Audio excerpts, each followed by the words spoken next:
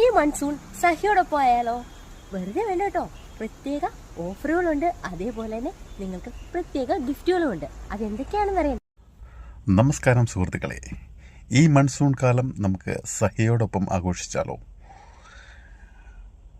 Monsoon കാലത്തേക്ക് 2 തരത്തിലുള്ള പാക്കേജുകളാണ് സഹി ഒരുക്കിയിരിക്കുന്നത്.